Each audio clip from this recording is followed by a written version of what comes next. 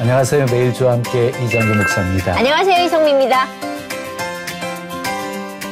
저는 여자라서 스포츠 잘 모르거든요. 예. 그래서 저는 본 경기 안 보고요. 하이라이트만 모아주는 거 그냥 그것만 봐도 되더라고요. 왜냐면 네, 저도 근데 오히려 예. 편안하게 볼 수 있어요. 그리고 부담감도 없고 경기 내용을 아니까 그때그때 포인트만 찝어서 주니까 더 박력 있고 박진감 있고 뭐 이래서 맞아요. 저는 그게 더 좋더라고요. 근데 우리 신앙생활도 마찬가지. 예, 우리 결과를 알거든요. 예, 그렇죠. 이미 이겨놓은 싸움을 싸우고 그렇죠. 있는 거거든요. 예. 네? 그러니까 너무 상황에서 겁먹지 마시고 두려워하지 마시고 네. 담대하게 승리는 결정돼 있는 거니까 그렇죠. 영적 싸움에서 담대하게 승리하면서 하셨으면 좋겠어요. 네, 오늘 나오실 이분은요 이미 승리한 싸움을 싸워내고 이겨내고 살아낸 멋진 남자입니다. 예, 제가 좋아하는 후배입니다. 어떤 분인지 화면으로 먼저 만나보시죠. 아버지의 대를 이어 배우로 활동하며 90년대 청춘 드라마의 주역으로 많은 사랑을 받았던 배우 이지영 집사. 한때 세상에 빠져 살던 시간도 있었지만 하나님이 주신 달란트를 선하게 사용하며 가장 기쁘고 행복한 길을 발견했습니다. 주님을 닮아가기 위해 애쓰는 하나님의 배우 이지영 집사를 만나봅니다. 네, 90년대 청춘 스타 모셨습니다.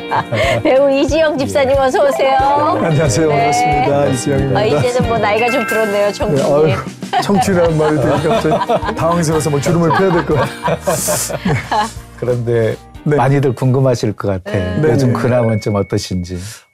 저는 뭐 그냥 매일 주와 함께 열심히 살고 있고요. 네. 최근에는 제가 올 3월까지는 작년부터 1919 필라델피아라는 다큐멘터리 음악극 그 공연을 했었습니다. 공연을 했었고 예. 요즘은 또 이제 뭐 좀 선한 일을 좋은 일을 같이 있는 일 함께하는 같이 투게더라는 프로그램을 좀 준비하고 있고요.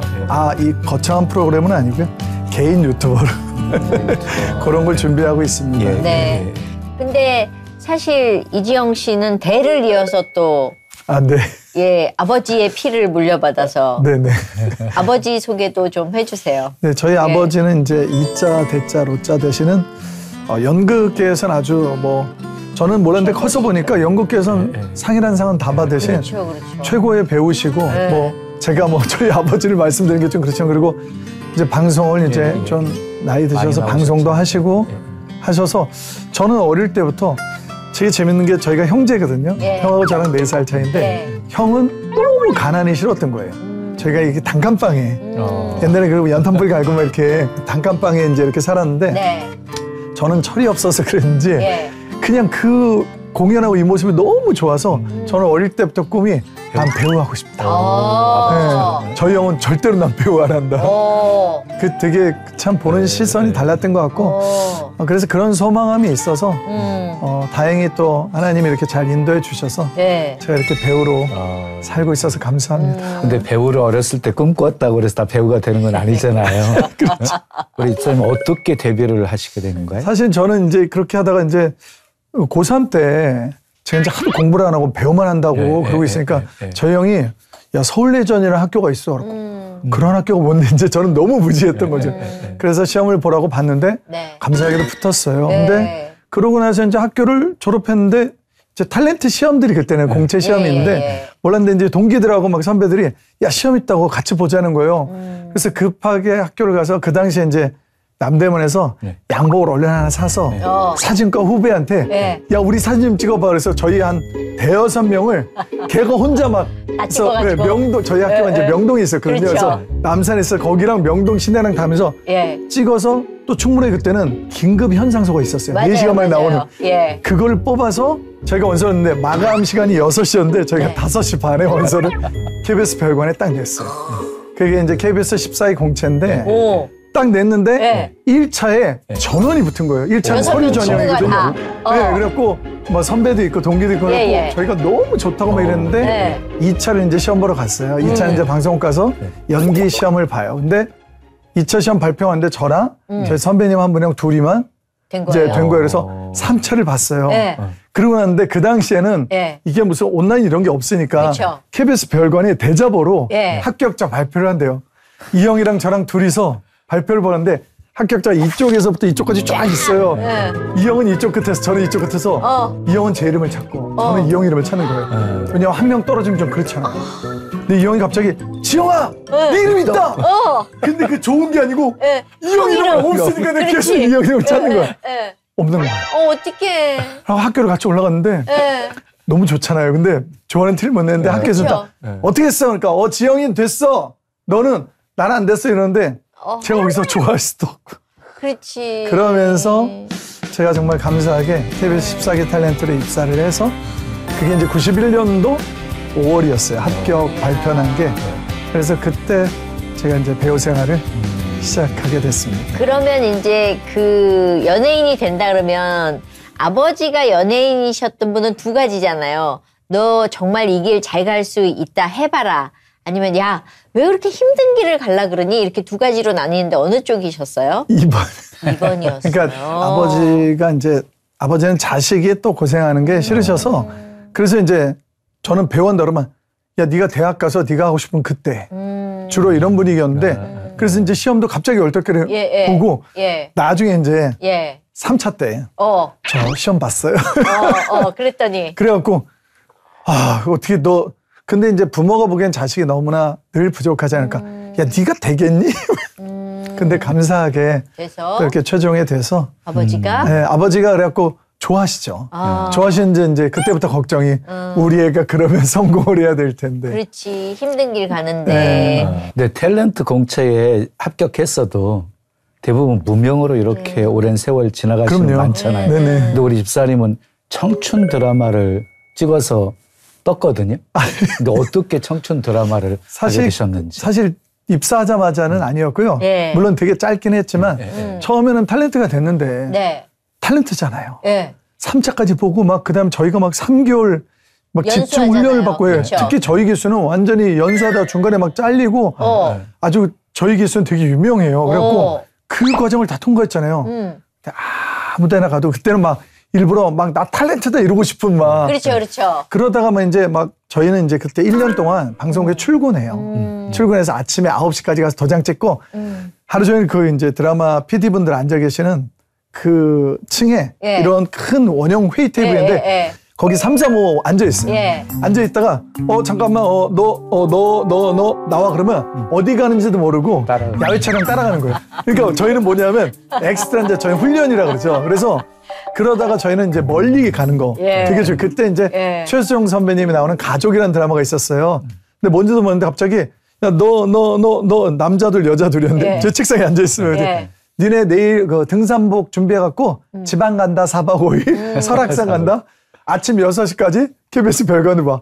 그러면 저희는 뭔지도 모르고 가는 거예요.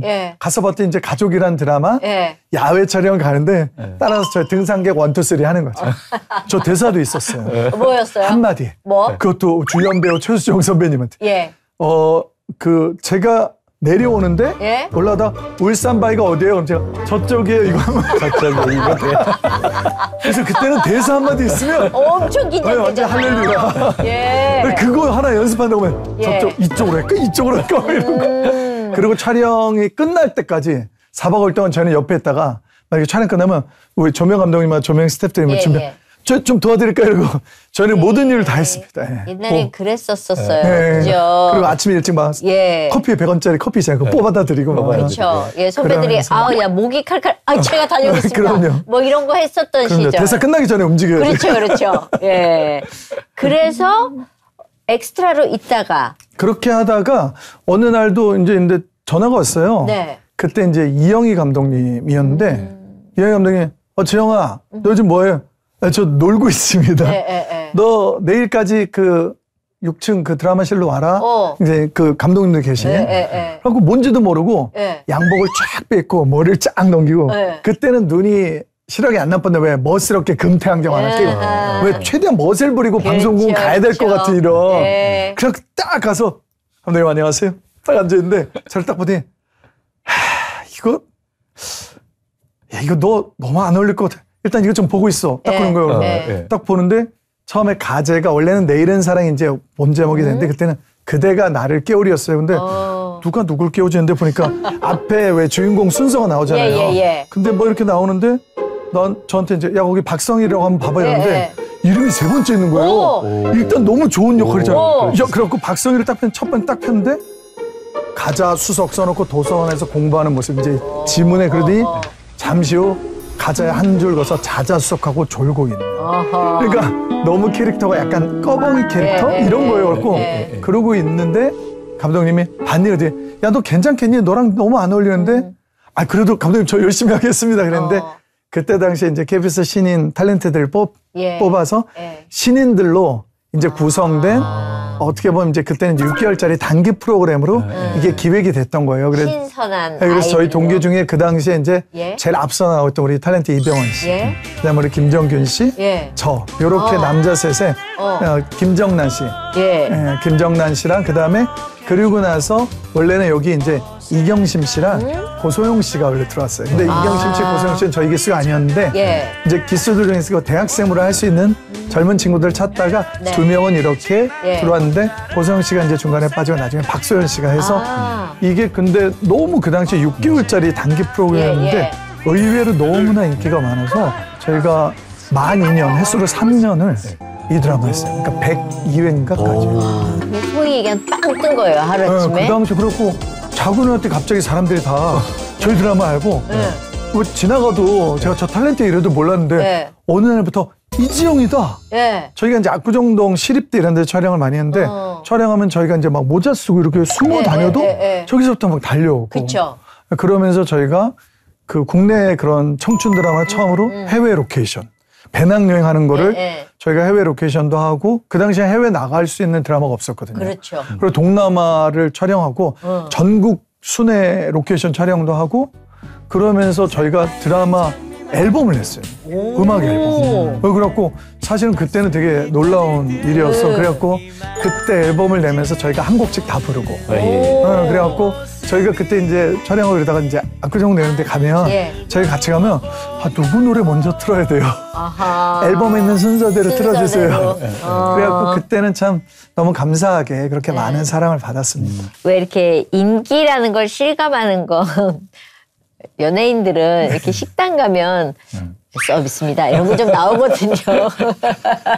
TV 가이드라는 게 그때 당시에 거기에 이제 저희 그때 당시에는 TV 가이드에 보면 탤런트 그리고 그때는 코미디언, 그렇죠. 가수 이렇게 개그맨이란 말도 없었기 때문에 순위가 1위부터 50까지 매주 나와요. 맞아요. 그러니까 여기에 이름이 들어가냐 안 들어가냐인데 이제 이거를 매주 보는 저희 그래서 여기에 요번 주는 예를 들어 나 49등이네, 30등이네, 우와 나 19등 했어.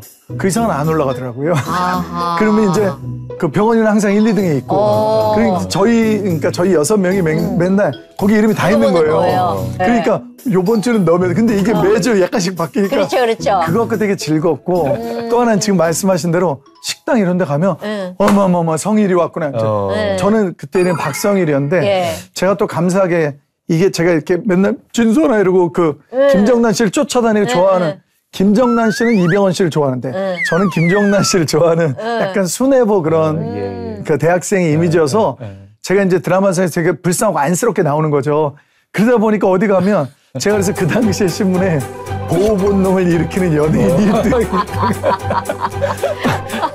그리고 그 다음에 그 엄마의 바다에 이창훈 씨가 그 2등 뭐 이렇게 그때 완전히 그랬는데 그러니까 식당 가면 아이고 성일이 왔네. 맨날 구박만 나가고 진선이 어떻게 할까 하면서 막 밥 떠주시고 힘내 이러고 반찬도 갖다 주시고. 근데 연예인들이 그렇게 인기로 인해서 기쁜 일도 있지만 그것 때문에 부담스러운 일도 참 많죠. 처음에는 너무 어리고 잘 몰랐는데 이제 나이를 좀 먹으면서 제 안에 그런 생각이 드는 거죠.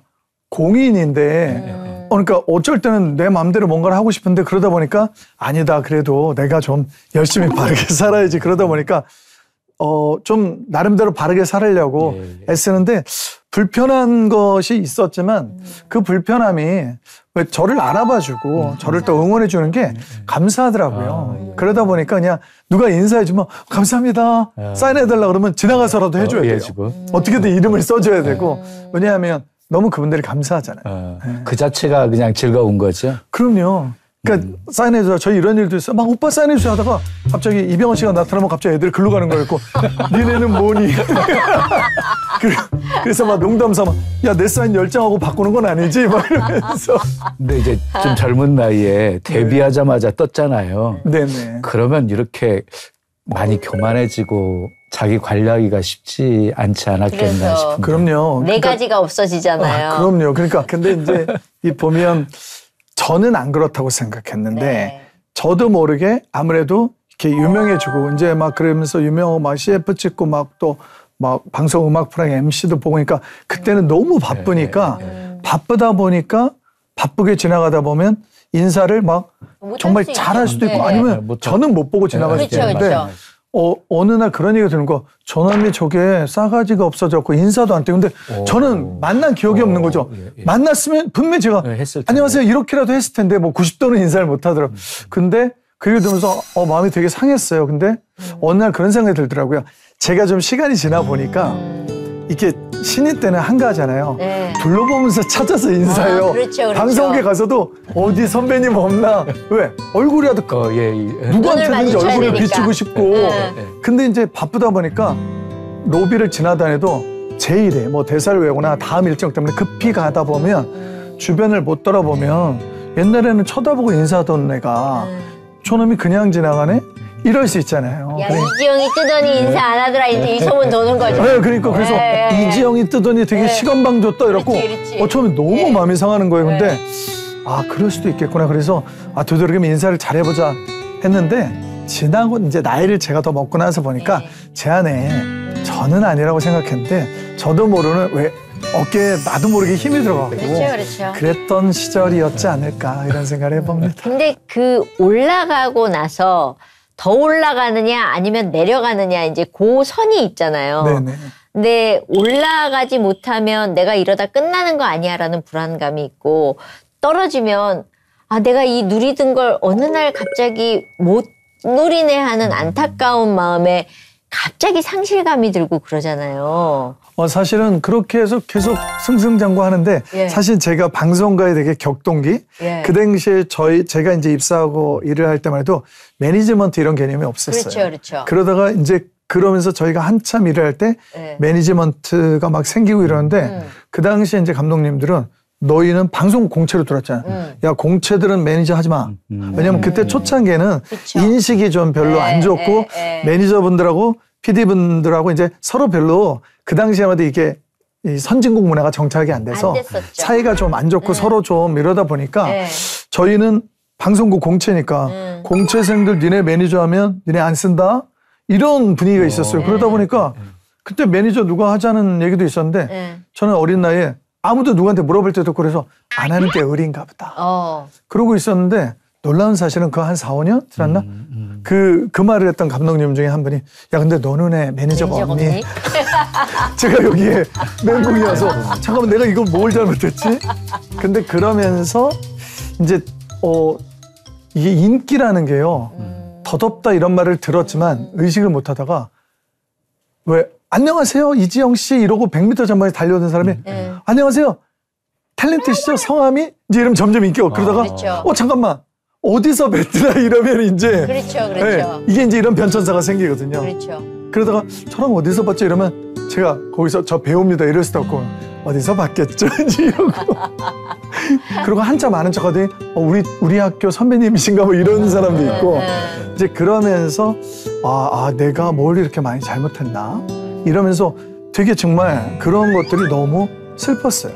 그러면서 어린 나이에 그러면 나는 내가 하고 싶은 거 하자. 나는 내가 드라마도 하고 싶고 영화도 하고 연기를 너무 하고 싶은데 그러면 나는 백도 없고 돈도 없는데 그러면 백은 갑자기 구할 수 없으니 돈을 벌자. 이러면서 있는데 또 누가 사업을 하자 그래갖고 거기에 혹해갖고 왠지 안 좋다 느낌이. 예상하신 대로 결론부터 말하자면 쫄딱 망했다.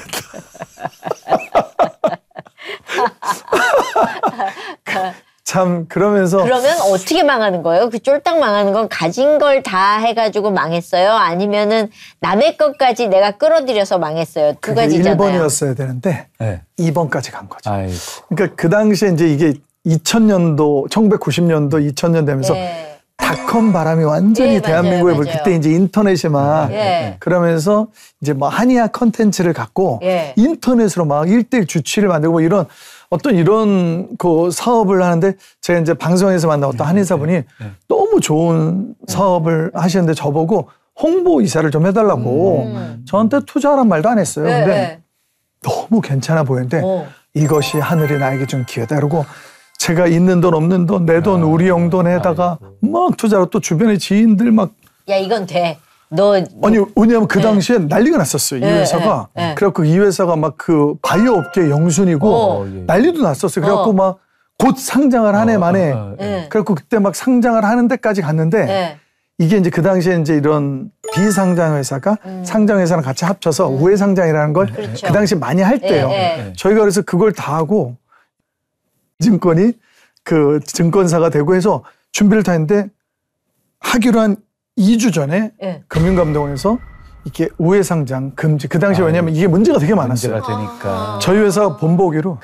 그래서 갑자기 이 주식이 유지로 변하면서 제 인생은 갑자기 10원도 없고 빚만 있고 제가 보니까 전 재산이 3,000원 있더라고요. 잠이 안 오는 거예요, 진짜. 정말 잠이 안 오고. 그렇게 어린 나이에 그런 일을 겪었으면 감당하기가 쉽지 않았을 텐데. 저는 처음으로 딱 죽고 싶다는 생각을 했어요. 죽고 싶다는 생각을 하고 근데 그 당시에 제가 원래 술도 잘 못 먹는데 그러다 보니까 이제 매일 사람들이 보통은 그러잖아요. 야 그냥 술이나 한 잔 먹자. 그러니까 이렇게 술 사준다 그러면 술도 잘 먹는데 나가서 술 먹고 맨날 노래 한 곡 부르고 막 이러다가 그러는 와중에 제가 아마 그렇게 해서 이제 다시 열심히 살아보자 하고 이제 연기도 다시 막 하고 이렇게 하다가 사실은 그러다가 하나님을 만났죠. 어떻게? 사실은 너무 제가 그 힘들어하고 있는데 그 당시에 이제 온누리교회에서 이런 스킷 드라마 저는 이제 교회에서 드라마를 한다는 건 상상 못했었어요. 저는 어릴 때 되게 보수적인 장로교 교단을 계속 다니고 있었기 어릴 때문에. 때 교회도 다녔었어요? 네네. 어릴 때 제가 사실 저희 집은 아무도 교회를 안 다니고요. 7살 때였던 걸로 제가 기억을 하는데 그때는 이제 일요일마다 동네 쓰레기차가 오면 쓰레기통을 버리러 나가야 돼요. 저희는 좀 이 가난한 지역에 살아서. 그래서 쓰레기통을 딱 들고 오는데 맨날 같이 놀던 애들이 옷을 깔끔하게 입고 어딜 가는 거예요. 어디 가니까 교회 간다고. 야, 거기 뭔데 왜 가? 그러니까 두 가지가 저를 유혹했어요. 뭐야? 먹을 걸 준다. 이쁜 애들이 많다. 어릴 때부터 미인을. 그래서 쓰레기통을 바로 버리고 따라갔는데 진짜로 동네 미인은 다 거기 와 있고 먹을 걸 주는데 너무 풍성해. 여기는 아무도 날 구박 안 하고 너무 잘해주는 거예요. 그때만 해도 먹을 거 유혹이 너무 그렇죠. 좀 가난했던 제가 단칸방에 살았다 그러죠. 그러니까 그러고 신나게 막 춤추고 놀고 지금 생각하면 이제 찬양하고 왜 율동하고 이러는데 일단 뭔지 모르겠지만 신나는 거예요. 여기 오면 즐거워. 그래서 그 길로 계속 그렇게 교회를 놀러 가듯이 매주 그렇게 다니다가 그냥 다니기만 했지 사실 실질적으로는 하나님보다는 먹는 것과 예쁜 아이들이 있다는 거에 먼저 우선권이 있었던 거죠. 그렇죠.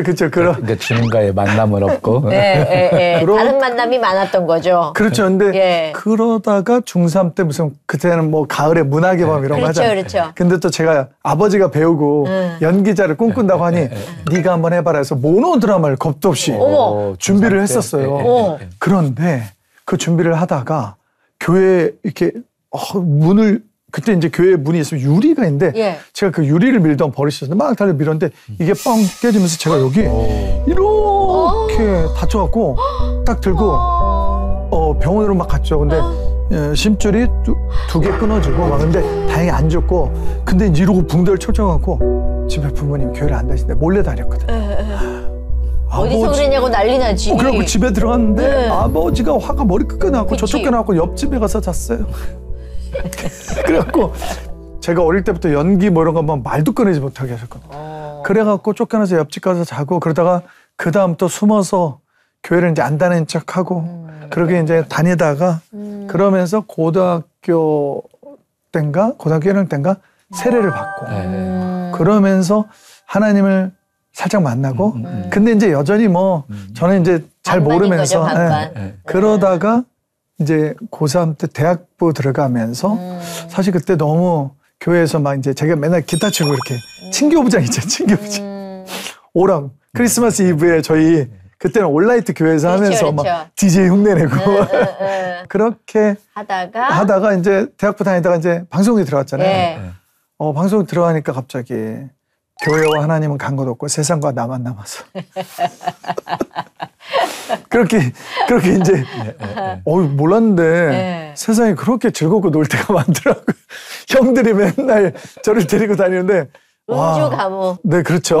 네. 그러면서 그렇게 한동안 막 지내다가 그러다가 또 막 친한 형이 갑자기 교회를 가자는 거예요. 네. 그래서 도대체 이 형이 왜 교회를 가자 그러지? 근데 아니 뭐 그 교회에 무슨 이렇게 뭐 문물과 성경 이런 게 있는데 야 가서 우리가 봉사도 좀 해야 되지 않겠니? 생뚱맞게. 네, 그래서 거기 갔다가 이제 알게 된 분이 요번에 1929 필라델피아 때 이혜경 교수님이에요. 근데 그때는 그냥 집사님이고 이 아줌마가 뭐 하는 분인지 몰랐죠. 그냥 저희는 누나하고 그냥. 근데 나중에 알고 봤더니 이분이 이제 연극학을 전공하고 들어와서 그 즈음에 이분이 이제 그 국민대의 연극영화과를 이분이 이제 세우시고 그러면서 이분은 이제 우리나라 역사를 연극으로 해서 하나님의 영광을 위한 이런 삶을 이제 근데 그때는 몰랐죠. 근데 이분이 온누리교회에 온누리교회 이제 그 스킷 드라마를 연출하고 계셨던 거예요. 저 친한 형한테 이것 좀 도와줘. 그러니까 이 형이 누나 나는 날라리를 안 되고 그 지영이가 좀 착하잖아. 지영이가 나보다 나을 것 같아. 그래갖고 저한테 전화가 온 거예요. 지영씨 이러면서 뭔지도 모르고 이제 갔죠. 그래갖고 그 스킷 드라마인데 교회에서 뭐 이런 거래요. 그래갖고 그 스킷 드라마를 아주 교만한 마음에 가서 찍어주고 그렇죠. 그때 찍어주는 그때 거죠. 찍어주는 거죠. 그러니까 되게 사실은 지금 생각하면 얼마나 교만인지. 왜냐면 나 배우인데 나 나름 잘 나가는데 이 교회에서 이 아마추어들하고 근데 그래서 그러고 나서 그거를 보고 나중에 또 박성희 집사님이라는 분이 또 스킷 드라마를 하자고 그랬고 또 한 번 또 하나님이 내가 요즘 너무 방황하니까 한번 와서 내 죄를 좀 용서받으려면 한번 가서 내가 또 착한 일 해야지 이런 마음으로 갔다가 이분이 계속 나를 부르네요. 그래갖고 뭐 찬양도 하랬다가 연출을 하랬다 연기했다 그러면서 거기서 계속 하다가 그때 당시에 또 온누리교회 뮤지컬 찬양팀이라는 게 막 생겼어요. 그 뮤지컬 배우 이태원 씨가 그때 거기 이제 음악 지휘자로 있고 그러면서 남자가 없다고. 그래서 그때는 한 30명 정도밖에 없었는데 그래서 그것 좀 그 박성희 나중에 목사님이 되셨는데 그분이 이제 누나 했어요. 너 내 막내 동생이랑 동갑이야 이러면서 그래갖고 왜 또 불러 이러는데 그때만 해도 제가 막 술 먹고 담배 피우고 이럴 때요. 참 민망하지만 그래갖고 갔는데 그래서 그 뮤지컬 찬양팀에서 계속 활동을 하다가 거기서 제가 하나님을 덜컥 진짜로 만났어요. 저는 궁금한 드라마를 하다가 만난 거예요? 네네. 그럼 그러니까 그 드라마 내용이 어떻길래? 그래서 그 2002년 3년부터 그 뮤지컬 하고 거기서 제가 하나님을 만나고 이거는 좀 아니다 싶어서 근데 제가 너무 죄송하지만 그때 당시에 또 너무 인생이 압구정동에서 제가 가라오케라는 걸 시작하고 알죠. 민망해라. 근데 이제 아는 친한 형들이 옛날에 되게 거기가 이제 유명한 명소가 있는데 그 명소의 영광을 지금 생각하면 무슨 그런 영광을 재현해요. 근데 그때 당시에 영광을 재현하자 이 말에 넘어가는 저도 좀 웃겼지만 그래서 거기에 있는 돈 없는 돈 막 돈 또 빌리고 막 이래갖고 투자를 해놓고 났는데 그러고 났는데 이 뮤지컬 촬영팀 들어가서 덜컥 하나님을 만났는데 이게 이제 태우의 고백이라는 이제 교회는 오래 다녔는데 성가대였는데 예수님이 진짜 살아계신지 모르다가 정말 예수님 살아계신 줄 알고 깨닫게 되는 한 청년의 고백이에요. 저는 연출했고 탤런트 정태호 씨라고. 그래서 이 정태호 씨가 이제 그 주인공을 했는데 갑자기 하용조 목사님이 원래는 저희가 2부 예배였는데 2부 하는데 그냥 부활주일에 그걸 다 해. 1, 2, 3, 7시, 9시, 11시 반, 2시까지. 근데 태호야 이거 다 해야 되니까 형, 저 오후에는 스케줄인데요. 그러니까 그때 당시에 담당 목사님이 조호영 목사님이라고 있었는데 그분이 그러면 누가 일주일 전이에요 그게. 그냥 지영아 너도 배우잖아 네가 해. 내가 일주일 전에 왜 어차피 다 할 수 있는데 그래서 그날 앞에는 태호가 하고 뒤에는 제가 이제 한 거예요.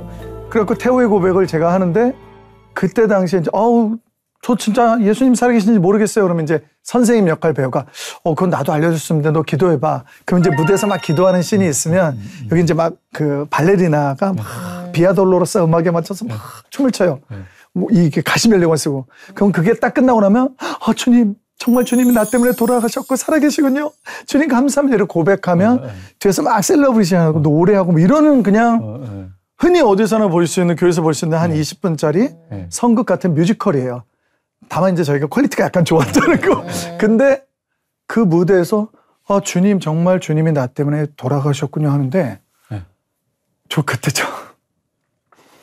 그 예수님이 나 때문에 정말 돌아가셨다는 게 확 느껴지는데 와 이게 갑자기 감당이 안 되는 거예요. 그래서 그러고 나면 제가 감사해요 깨닫지 못했었는데 내가 얼마나 이걸 앞소절을 제가 부르면 뒤에 어떤 자매가 뒷소절을 부르고 다 합창을 하고 이러면서 이제 셀러브레이션 하는데 제가 감사해 막 노래를 못 하겠는 거예요. 그래갖고 거기서 제가 진짜 그러니까 하나님이 살아계시고 예수님이 나 때문에 돌아가셨고 그러니까 뭐 쟤 때문에 누구 때문에 우리 때문에가 아니고 그리고 진짜 예수님이 살아계시구나라는 게 심장으로 딱 느껴지는데 와 이거를 어떻게 감당을 못 하겠더라고요. 그러면서 하나님을 만났는데 카라오케는 공사를 하고 있잖아요. 이거를 어떻게 해야 될지 모르겠어요. 가라오케가 되게 걸린다 지금. 그렇지. 그러니까 그건 은혜 받기 전에 그러니까 이제, 했던 거니까 가라오케 어떡하지? 난 이 생각이 제일 먼저 들었거든요. 그래서 이제 가서 이거 또 기도하는데 이거 너무 제가 마음이 힘든 거예요. 그래서 형 나 이거 그냥 안 할래 돈 좀 빼주니까 지영 근데 그 200평이 넘는 되게 큰 집이어서 그러니까 지영아 이 공사하고 있어. 지금 공사하는 게 안 보여. 근데 그러면 문을 열고 돈을 벌어서 네 걸 빼줄게 했는데 이게 또 제 돈만 있는 게 막 돈을 빌렸다 그랬잖아요. 그러고 나서 저는 이제 돌아도 안 보고 공사 몇 달 하니까 그러고 나서 저는 진짜 그때 당시에 마치 온누리교회 연예인이라고는 저밖에 없는 듯이 진짜 많았거든요. 근데 하나님이 그렇게 제가 계속 그러니까 일주일 내내 교회에서 뭐 그렇게 행사가 많아요. 하여튼 여기저기 제가 뭐냐면 한가한데 남자 싱어가 없어요. 남자들은 직장 다니니까 제가 노래를 잘해서가 아니고 그러다 보니까 제가 잘 팔려다닌 거죠. 그래서 낮에는 교회에서 찬양하고 나중에 이제 밤에는 가요. 왜냐면 또 아는 분들이 오면 탤런트인데 이 집 사장이야 그러면 아니 탤런트인데 나 가수도 아닌데 노래를 자꾸 시키는 거예요. 그래. 정말 제가 정말 그때는 너무 힘들어서 마음이 그렇게 한 1년여를 지내다가 너무 힘들어서 하나님 나 이거 진짜 힘들어서 어떻게 해야 되겠어요. 딱 그러는데 놀랍게 제가 아는 분들도 그대로고 모든 상황이 그대로인데 정말 딱 먹고 살 만큼만 갑자기 돈을 버는 거예요. 그래서 돈을 엄청 잘 벌다가 그러다가 제가 너무 힘든 거예요. 저는 맨날 새벽에 들어가는데 새벽 예배 가는 분들을 보고 그런데 제가 그때까지 한 번도 못 해본 게 이제 새벽 예배, 금식, 먹는 걸 너무 좋아하니까 그래서 새벽에 맨날 들어가니까 그래서 어느 날 딱 자고 있는데 새벽 예배 한번 가보고 싶다 이런 마음이 드는 거예요. 그래서 딱 눈을 떠서 이제 오늘 이렇게 새벽 예배를 갔죠. 한쪽 구석에 이렇게 앉아있는데 그 전에 사실 제가 마음이 너무 어렵다가 저희가 회복 예배를 하는데 제가 싱어를 맨날 갔어요. 그때 이제 정혜성 형제라고 이분이 이제 목사님인데 지금은 그 당시 이제 아버지의 마음, 용서 이런 거 강의를 너무 잘하는 분이에요. 저랑은 이미 여러 번 봤는데 제가 마음이 너무 어려우니까 이분하고 상담을 잠깐 했어요. 나 너무 요즘 마음이 어렵다. 내 인생이 요즘 이렇게 밤낮이 너무 다른 삶을 사는데 어떻게 하면 좋겠냐. 그러니까 좀 안전한 곳에서 하나님 한번 다시 한번 만나는 시간 가졌으면 좋겠다. 나도 그래서 그런 마음이 들 때 나도 이제 가서 뭐 제자 훈련을 받고 왔다 이러면서 DTS 얘기를 하더라고요. 근데 그때는 DTS가 뭔지도 몰랐고 근데 되게 하나님의 사람이라고 생각하는 분이 그런 말을 하니까 제 안이 계속 이렇게 마음에 남는 거예요. 그쵸. 그러다 보니까 새벽 예배를 가고 싶고 딱 갔는데 그날 아침 설교 말씀이 창세기 12장 1절에서 3절이에요.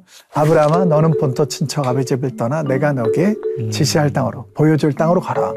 이게 이제 설교 주제예요. 또 어디 가냐? 아니 그래갖고 근데 되게 목사님들 뭐 목사님 더 잘하시고 설교하면 여기저기 보고 하시잖아요. 제가 근데 이쪽 맨 구석에 앉았는데 막 설교다 여러분 두려워 말고 믿음을 갖고 떠나십시오. 떠나십시오 할 때마다 저한테만 하는 거예요. 근데 이게 무슨 1대1로 면담하는 것도 아니고 막 그리고 제가 갑자기 막 눈물이 나는데 어딜 가라는 거냐고. 네. 근데 이게 눈물이 먼저 계속했는데 도저히 여기서 네. 뭔가 해결이 안 되니까 하나님하고 그래서 제가 하나님 그러면 나도 사인 한번 줘보라고. 누구는 무슨 음성을 들었다 뭘 했다. 나도 지영아 한마디만 해주면 내가 어디든 가겠습니다.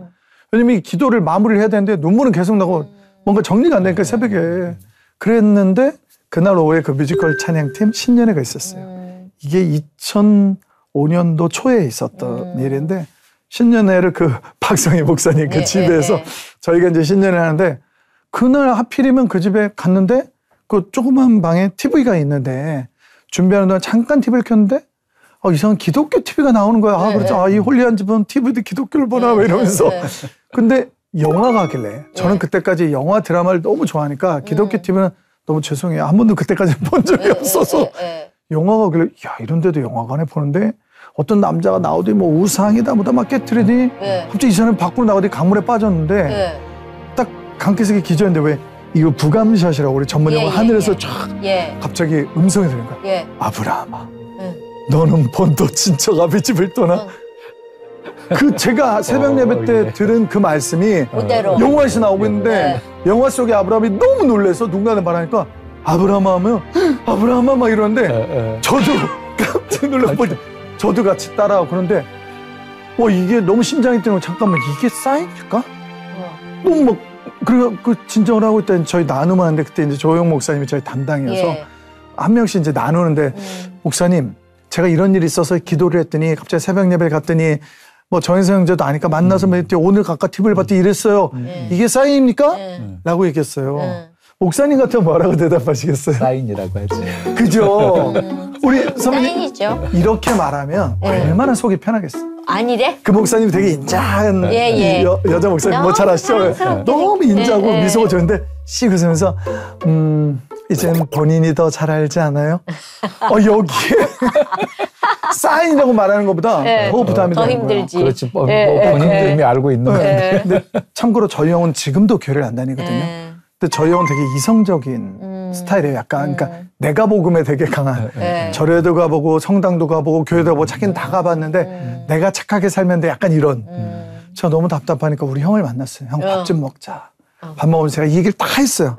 다 듣더니 이러는 거. 형 생각에 이게 사인 같아 안 같아? 저 형이 뭐라 그런 줄 아세요? 뭐래요? 뜬금없이 무슨 예수님도 아니고 질문에 질문을 답해. 지영아 너 혹시 번개 맞을 확률이 얼마인지 알고 있니? 아니 그런 걸 외우는 사람이 어디 있어요. 근데 우리 형이 그게 뭐 몇백만 분의 1이에요. 전 지금도 몰라요. 근데 지금 네가 한 얘기는 그거보다 더 확률적으로 적은 것 같아. 너 가야겠다. 믿지 않네요 우리 형이. 그래서 근데 사실 부모님도 교회를 안 다니시고 그리고 그때가 그 얼마 전에 막 또 어떤 그 김선일 그녀였나요? 그 아랍 쪽에 가서 선교 활동하다 막 처형당하는 게 막 그러니까 부모님은 제가 뭐 이렇게 그 제자훈련 떠난다니까 어디 무슨 이상한 자살 특공대 가는 줄 알고 잘 모르시니까 막 가지 말라고 하는데 이 부모님하고 싸울 수도 없고 그래서 그렇게 이제 근데 하나님이 되게 부모님하고 차분하게 그래서 제가 진짜 진지하게 아버지 어머니 절 사랑하시죠. 저도 사랑합니다. 근데 진짜 내가 하나님 사랑하는데 여기 스위스다. 선교 여행이다. 스위스 안전한 나라다. 근데 아버지가 그래 그러면 네가 어떻게 했니? 그렇게 가고 싶으면 가라. 그래서 부모님하고도 잘 대화가 돼서 제가 스위스로 갔어요? 네네. 몇 개월? 6개월이요. 6개월? 사실은 근데 이게 제가 그때 37이었어요. 근데 뭐 방송하다가 제가 그냥 가면 저희는 뽑혀야 되는 입장이잖아요. 너무 두려운 거예요. 근데 그때 이제 어떤 목사님을 한번 만나요. 지금 이제 돌아가신 목사님인데 제 추천서를 목사님 리더 친구가 영어로 한 7장을 써줘야 돼요. 거기 제자훈련을 가려면 그래서 그 추천서를 막 받아가지고 이제 다 됐는데 이 목사님이 뭐 이제 예배 드리는데 한번 와서 말씀을 들어갔는데 이분이 근데 기도해주고 싶다 만나요. 기도하면서 지금 내가 너를 그곳에 보내는 거다. 네 생이 위기 가운데 있으니까 믿음을 갖고 떠나라.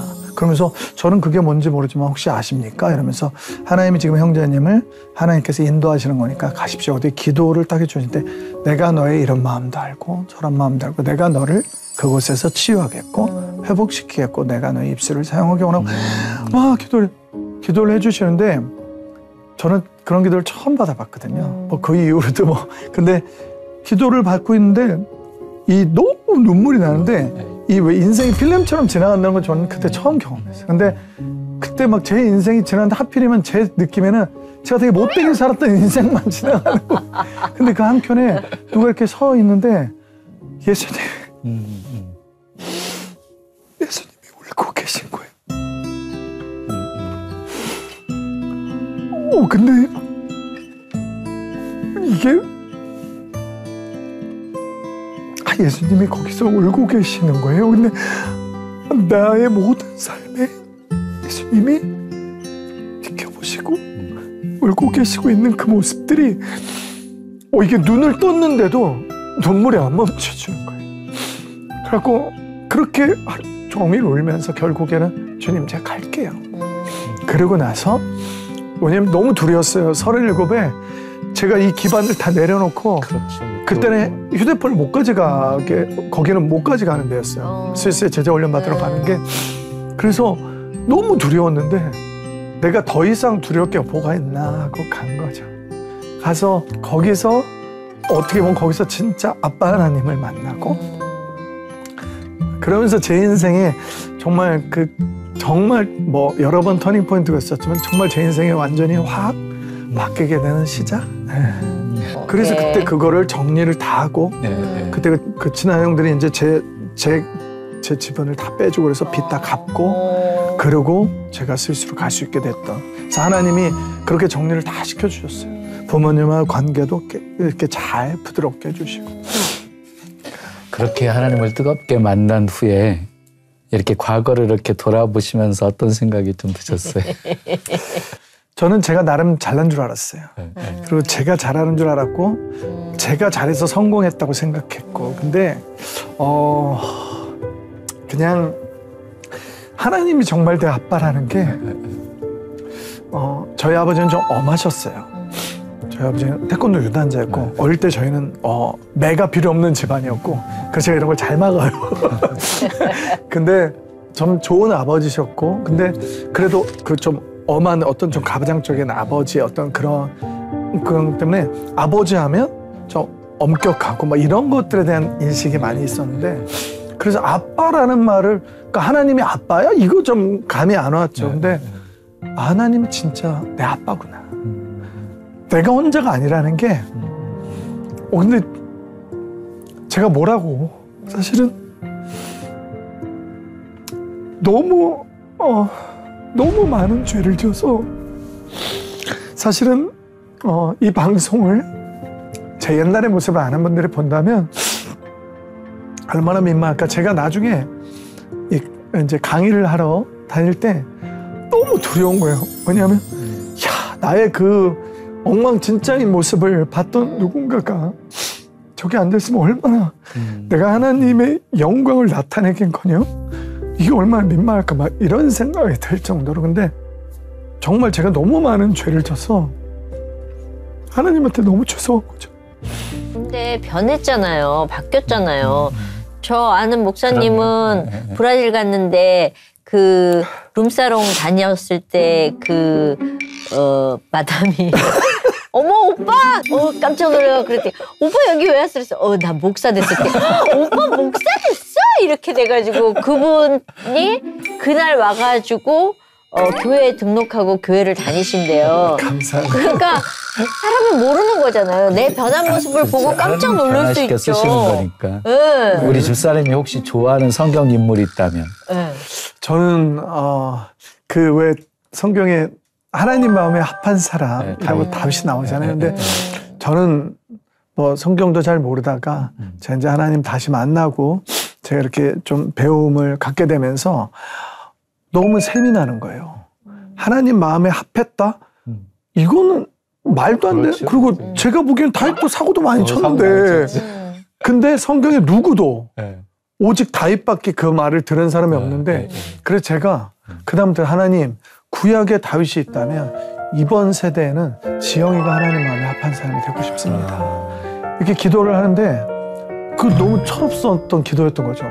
이제 이게 시간이 지날수록 그나마 나이를 조금 더 먹고 하나님을 아주 조금 더 알아가다 보니 너무 시건방진 기도를.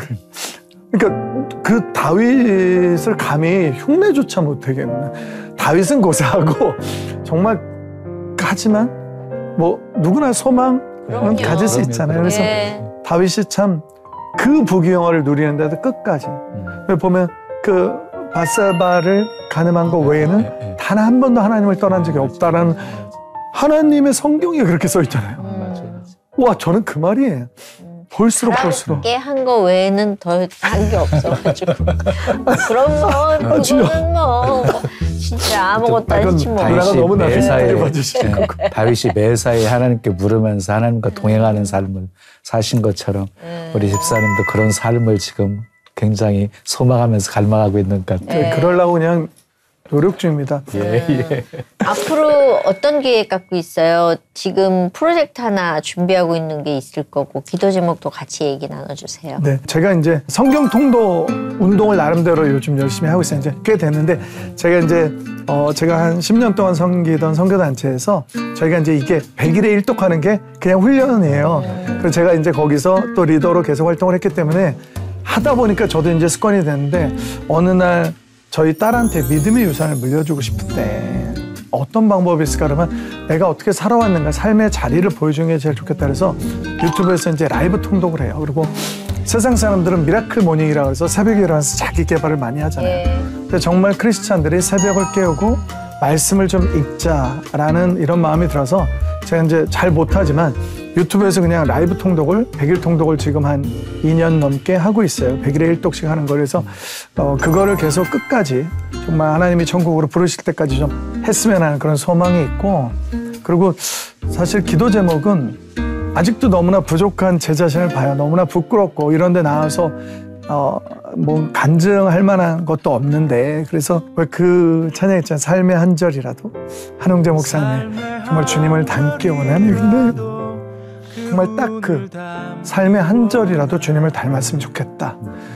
그게 기도 제목이고요. 그다음에 이제 이 가정이 믿음의 가정으로 잘 서고 우리 아이가 믿음의 다음 세대가 꼭 됐으면 다른 세대가 아닌 다음 세대가 됐으면 좋겠어요. 믿음의 다음 세대가. 그게 기도 제목이고 또 부모님 구원 그리고 지금 이제 제가 가치 있는 일을 함께 투게더 함께 하자. 그래서 같이 투게더라는 이제 유튜브 프로그램을 이제 시작하려고 준비 중이에요. 그래서 이제 선한 일들을 우리 어려운 이웃들, 뭐 그 이웃들에게 우리가 좋은 일을 하는 이런 프로그램인데 그런 것들을 많이 해서 이것이 전 국민의 운동으로 그래서 우리가 조금 여유 있는 분들이 어려운 이웃들 돌아보고 다음 세대를 일으키는 그래서 그 일들이 하나님 뜻 안에서 좀 선하게 이어졌으면 하고요. 배우로서도 계속 활동을 하고 싶은 기도 제목이 있습니다. 예, 오늘 나와주셔서 너무너무 감사하고요. 앞으로 그 선한 프로젝트 저희가 함께 하면서 커나가고 하나님이 일하시는 걸 같이 봤으면 좋겠습니다. 감사합니다. 예, 오늘 나와주셔서 너무너무 감사합니다. 네, 고맙습니다. 네. 목사님, 오늘 이지영 집사님께 한 말씀 하신다면은요. 우리 이지영 집사님이 다윗을 좋아하잖아요. 다윗이 한 고백, 시편 16편 8절 말씀인데요. 여호와를 항상 내 앞에 모심이여 그가 내 오른편에 계심으로 내가 흔들리지 아니하리로다. 다윗의 고백을 드리고 싶어요. 앞으로 여러분들 기대해 주십시오. 지금 정말 선한 일을 하고 싶어서 몸부림치면서 애쓰고 있습니다. 기도로 함께하면서 함께 도울 수 있는 일들이 많아졌으면 좋겠습니다. 오늘 여기까지입니다. 저희 다음 시간에 오겠습니다. 감사합니다. 감사합니다.